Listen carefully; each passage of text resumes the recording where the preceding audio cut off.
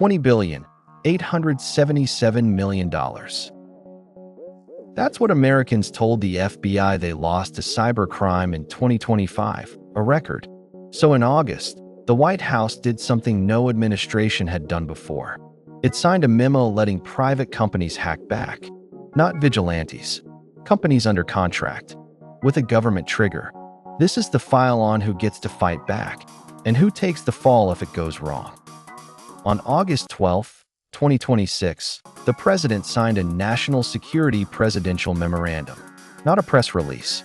A binding directive inside the federal government. It authorizes vetted U.S. companies to run offensive cyber operations against foreign criminal networks. The ones behind ransomware, phishing, and romance scams. For the first time, Washington is handing part of the fight to private hands. Here's the twist in how we even found this story. The trigger looked like a corporate breach filing. A headline reading, "White House lets private." There is no SEC filing here. No company disclosed a hack. The real story is a policy signed at the top of the federal government. Bigger than any single breach notice. To understand why the White House moved, start with the FBI's own numbers. The Bureau's Internet Crime Complaint Center, IC3, logged just over 1 million complaints in 2025. 1,008,000. The first time that count ever broke 7 figures. Losses tied to those complaints, nearly $21 billion. Up about 26% from the year before. Break down where the money went. Investment fraud alone accounted for more than $8.6 billion. Cryptocurrency investment scams, fake trading apps, fake returns, took more than $7.2 billion of that. Ransomware payments reported to the Bureau topped $32 million. Every category still climbing. That's not a rounding error. That's an epidemic.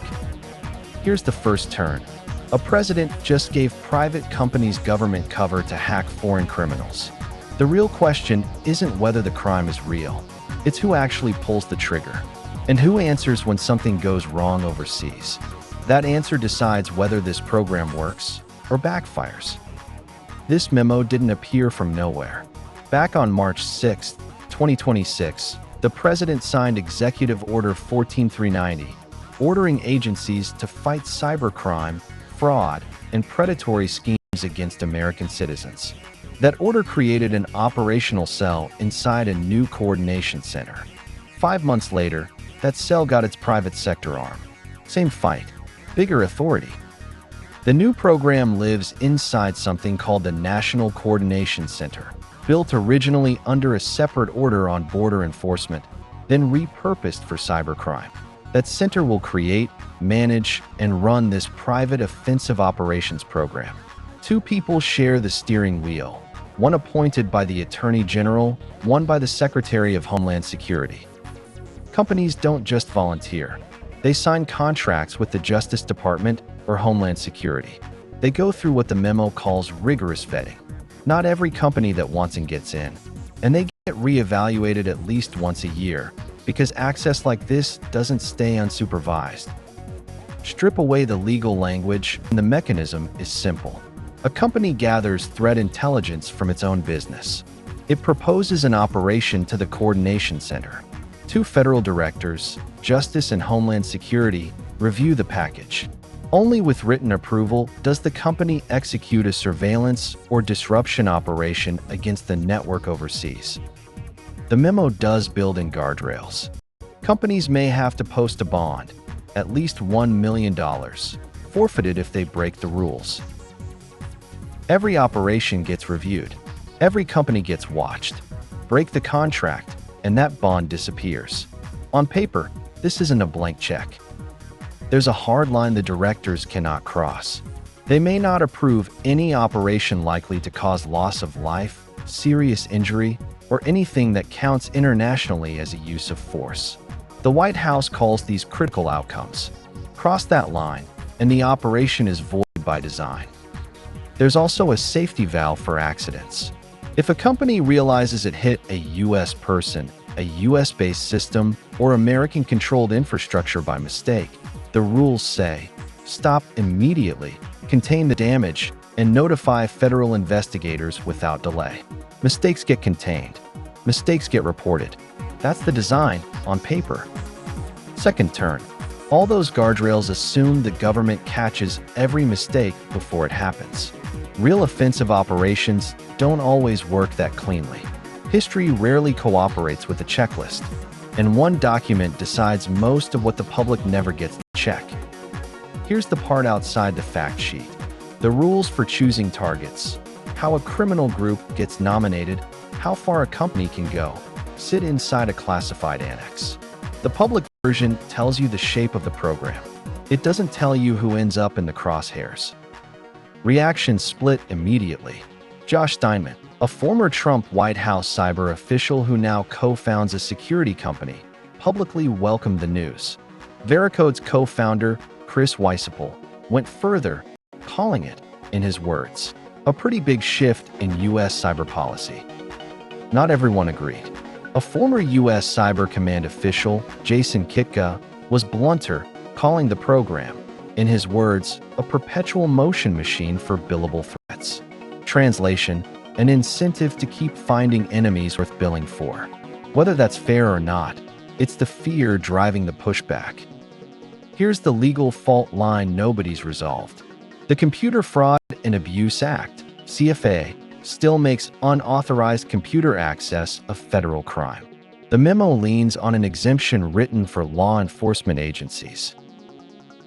No court has ever ruled that exemption covers a private contractor doing the same work. Civil lawsuits carry a 5-year window to file. Third turn. Strip the paperwork away, and one question remains unanswered. If an approved operation goes wrong in another country, does the government take the hit? Or does the company that pulled the trigger stand alone in court? No memo answers that yet. Behind every dollar figure is somebody's bank account. In July 2026, federal agents filed 5 separate cases trying to claw back more than $25 million from romance and investment scams. Real people, real savings, gone in a wire transfer. The White House says seniors, children, and low-income families get targeted hardest. That's the harm this program is built to answer. The government's own number, nearly $21 billion, may undercount the real damage. The Consumer Federation of America modeled the full scam economy at roughly $148 billion a year, factoring in unreported cases. Their estimate, about $1,000 lost per American household. Modeled, not measured, but it points the same direction. This entire framework runs out of Washington, not a courtroom, not a company boardroom, a coordination center inside the federal government, deciding which private hackers get a government badge and which criminal networks overseas become the target list. A city of committees, now holding a trigger it didn't build. The memo gives the government 60 days to write the actual operating rules and 180 to file its first status report. Which companies sign up? What happens the first time an operation goes sideways in a foreign country? Those answers don't exist yet. They're due on a government calendar most people will never read. So what does this actually mean for you? The offensive side belongs to vetted companies and federal directors, not private citizens acting alone. Your job stays defensive. Unique passwords, multi-factor authentication, and reporting fraud straight to the FBS IC3 the moment it happens. Every real complaint is one more data point pointing this program at an actual target. This was never a corporate breach filing.